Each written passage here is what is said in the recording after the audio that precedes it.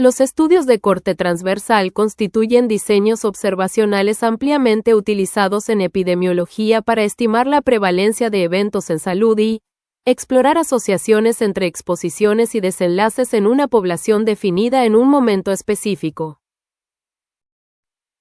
Los estudios de corte transversal son diseños observacionales que miden simultáneamente la exposición y el desenlace en una población definida en un momento específico o durante un periodo corto. Su principal propósito es estimar la frecuencia y distribución de un problema de salud, prevalencia, y explorar asociaciones entre variables. En la iconografía se representan 21 personas, de las cuales 8 están enfermas, marcadas en color negro. Por lo tanto, la prevalencia de la enfermedad es de 38.1%. Al estimar la prevalencia según sexo, se observa que en los hombres es de un 45.5%. Mientras que en las mujeres alcanza un 30%. Estos resultados sugieren, en este grupo, una posible asociación entre el sexo y la presencia de la enfermedad. Una observación importante es que, si bien los estudios transversales permiten estimar la prevalencia y explorar asociaciones, no establecen riesgo ni causalidad debido a la ausencia de información temporal exposición-evento. Veamos algunos ejemplos de estudios de corte transversal en el área de la salud pública. 1. Vigilancia de factores de riesgo cardiovascular. Un estudio de la Organización Mundial de la Salud utiliza encuestas transversales para estimar la prevalencia de factores de riesgo como tabaco, alcohol, hipertensión y obesidad en países de ingresos bajos y medios. Por ejemplo, datos 2018 en México reportaron elevada prevalencia de sobrepeso, obesidad, aproximadamente 75% en adultos. 2. Encuesta Nacional de Salud de Chile 2016 a 2017. Es un estudio transversal representativo que estimó la prevalencia de enfermedades crónicas y sus determinantes sociales. Reportó, entre otros hallazgos, una prevalencia de hipertensión arterial del 27.6% en personas con 15 y más años. 3. Cero prevalencia de SARS-CoV-2.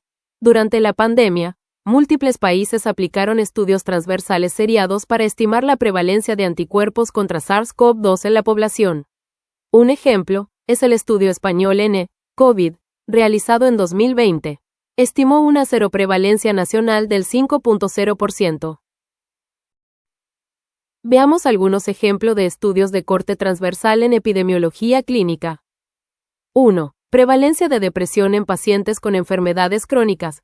Un estudio transversal en pacientes con diabetes tipo 2 atendidos en atención primaria en Brasil estimó una prevalencia de síntomas depresivos del 17.9% y exploró factores asociados, género, comorbilidades y control glucémico. 2. Infecciones asociadas a la atención sanitaria. Las encuestas puntuales de prevalencia realizadas por el CDC permiten estimar la carga de dichas infecciones y el uso de antimicrobianos en hospitales europeos. La encuesta 2016 a 2017 incluyó 310.755 pacientes hospitalizados y encontró una prevalencia de 6.5%. 3. Prevalencia de fragilidad en adultos mayores hospitalizados. Un estudio transversal en España evaluó la prevalencia del síndrome de fragilidad en adultos mayores hospitalizados, encontrando un 44% de fragilidad y su asociación con polifarmacia y deterioro funcional. Entre sus principales ventajas están: permiten estimar la prevalencia de enfermedades, condiciones de salud y factores de riesgo en una población. Son relativamente rápidos de hacer y de bajo costo que otros diseños analíticos, permiten estudiar múltiples exposiciones y desenlaces simultáneamente, son útiles para la vigilancia epidemiológica y monitoreo de problemas de salud pública, permiten comparar la frecuencia de eventos entre grupos expuestos y no expuestos, son adecuados para la generación de hipótesis etiológicas que pueden evaluarse posteriormente en estudios longitudinales, y facilitan la planificación de servicios de salud. A pesar de sus ventajas, este diseño también presenta limitaciones metodológicas importantes, especialmente la imposibilidad de establecer con claridad la temporalidad entre exposición y enfermedad, lo que restringe la inferencia causal. Son poco útiles para estudiar enfermedades raras o de corta duración.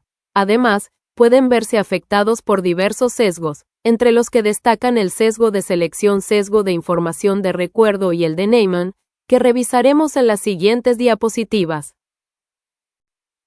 El sesgo de selección ocurre cuando los individuos incluidos en el estudio no representan adecuadamente a la población objetivo, lo que puede distorsionar las estimaciones de prevalencia o las asociaciones entre exposición y desenlace.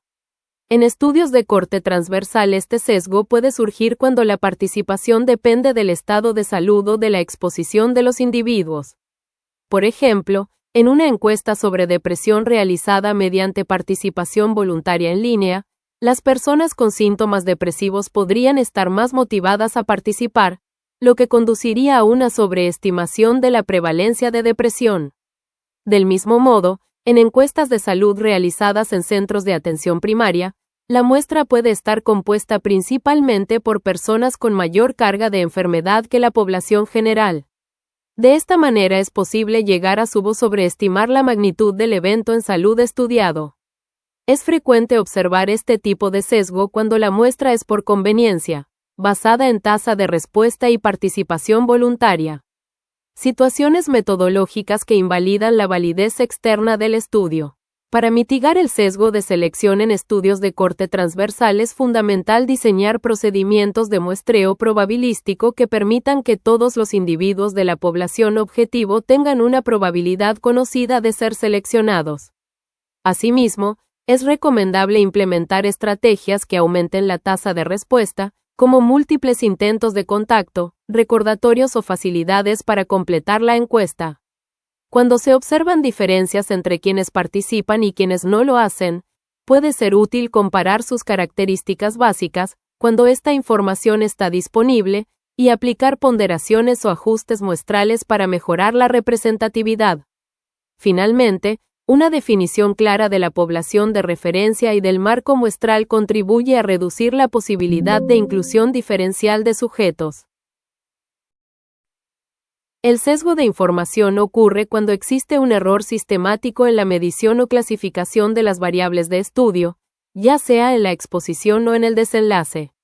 En estudios de corte transversal, este sesgo es particularmente frecuente cuando los datos se obtienen mediante autorreporte, cuestionarios o registros incompletos.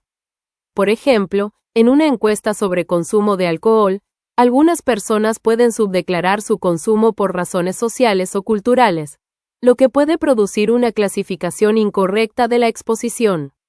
Dependiendo de si el error ocurre de forma similar en todos los grupos, no diferencial, o difiere según el estado de enfermedad, diferencial, el efecto puede ser una atenuación o distorsión de la asociación observada.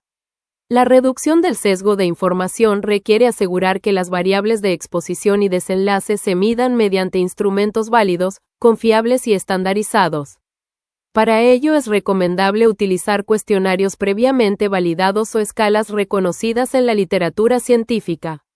También es importante la capacitación del personal encargado de la recolección de datos, de modo que la aplicación de los instrumentos sea uniforme. Cuando sea posible, las mediciones autorreportadas deberían complementarse con indicadores objetivos, por ejemplo, mediciones clínicas o registros administrativos. La realización de pruebas piloto o estudios de validación previos al levantamiento de datos también ayuda a detectar problemas de medición que puedan corregirse oportunamente. El sesgo de recuerdo es una forma particular de sesgo de información que ocurre cuando los participantes no recuerdan con precisión exposiciones pasadas o las reportan de forma diferente según su estado de salud. Aunque este sesgo es más conocido en estudios de casos y controles, también puede presentarse en estudios de corte transversal cuando se solicita información retrospectiva. Por ejemplo, en un estudio sobre la asociación entre actividad física y dolor lumbar, las personas que actualmente presentan dolor pueden recordar con mayor detalle sus hábitos físicos previos o tender a subestimarlos, lo que podría generar una diferencia artificial entre los grupos comparados. El sesgo de recuerdo puede mitigarse reduciendo el intervalo temporal sobre el cual se solicita información retrospectiva, ya que los eventos recientes suelen recordarse con mayor precisión. Además, los cuestionarios deben formular preguntas claras, estructuradas y específicas, evitando formulaciones ambiguas que puedan inducir errores de memoria. El uso de ayudas para el recuerdo, como calendarios, referencias a eventos importantes o categorías temporales definidas, también puede mejorar la precisión de la información reportada. Cuando sea factible, es recomendable complementar los datos autorreportados con registros objetivos o fuentes documentales, lo que permite validar o reemplazar la información basada en memoria. El sesgo de prevalencia-incidencia, también conocido como sesgo de Neyman o sesgo de supervivencia, es característico de los estudios de corte transversal. Ocurre porque los estudios basados en prevalencia identifican principalmente casos que sobreviven más tiempo con la enfermedad, mientras que los casos de evolución rápida o de alta letalidad pueden no estar presentes en el momento de la medición.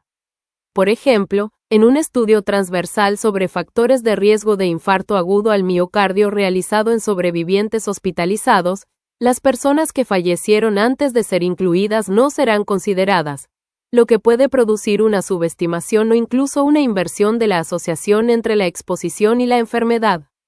La mitigación del sesgo de prevalencia-incidencia requiere reconocer que los estudios de corte transversal capturan principalmente casos prevalentes, es decir, aquellos que han sobrevivido el tiempo suficiente para ser observados.